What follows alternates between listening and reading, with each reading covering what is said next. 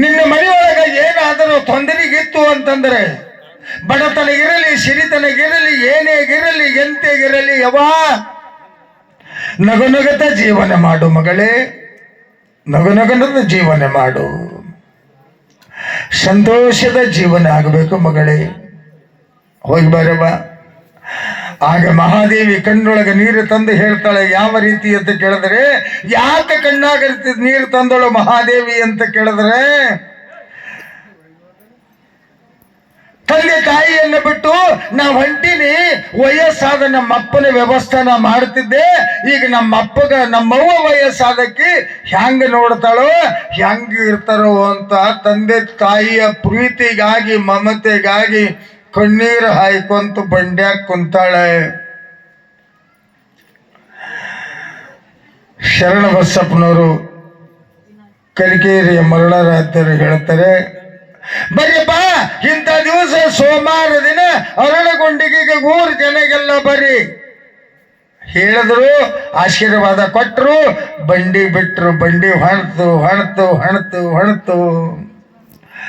ತಂದಿಗೆ ನೋಡ್ತಾಳೆ, ಹಿಂಗ ನೋಡ್ತಾಳೆ. ತಂದಿಗೆ ಬಂಡಿ ಹೋಗ್ತದ, ಹಂಗೆ ದೂರ ಹೋದಂಗ ತಂದೆ ತಾಯಿಗೆ ನೋಡಿ ಕೈ ಮಾಡ್ತಾಳೆ. ಆದರೆ ಶಾಂತಲಿಂಗಪ್ಪನವರ ಕಾಲ ಬಹಳ ಭಾರ ಆಗ್ಯಾವ. ಹೊಳ್ಳಿ ಮನೆಗೆ ಬರ್ಬೇಕಂತಾರ, ಬರ್ಲಿಕ್ಕಾಗಲ್ದು. ಬಂದ್ರೆ ಮಹಾದೇವಿ ಇಲ್ಲಲ್ಲ ನನ್ನ ಮನೆಯಾಗಂತ ದುಃಖ ಮಾಡ್ತಾನೆ. ಇಷ್ಟೆಲ್ಲ ಮಾಡಿ ದುಃಖ ಮಾಡ್ಕೊಂತ ಮನ್ಯಾಗ ಹೋಗ್ಯಾರ. ಮನ್ಯಾಗ ಹೋಗಿ ಸೋಮವಾರ ಮದುವೆ ನಿಶ್ಚಯ ಮಾಡದಂತೆ ಊರಿನ ಜನಗೆಲ್ಲ ಕೂಡಿಕೊಂಡು ಅರಳಗುಂಡಿಗೆ ಬಂದರಂತೆ. ಅಷ್ಟೊತ್ತಿಗೆ ಅರಳಗುಂಡಿಗೆಯ ಭಕ್ತಾದಿಗಳು ಊರ ಹೆಂಗ ಮಾಡಿದ್ರು ಅಂತ ಕೇಳಿದ್ರೆ, ತೊಳಿರು ತೋರಣಗಳನ್ನ ಕಟ್ಟಿ ಬಹಳ ಶೃಂಗಾರ ಮಾಡಿ ಊರ ಬಹಳ ಚಂದ ರಂಗೋಲಿ ಹಾಕಿ ರಂಗಾಗಿ ಊರ ಆನಂದವಾಗಿ ಕಾಣುವಂತೆ ಊರೆಲ್ಲ ಮಾಡಿದರಂತೆ.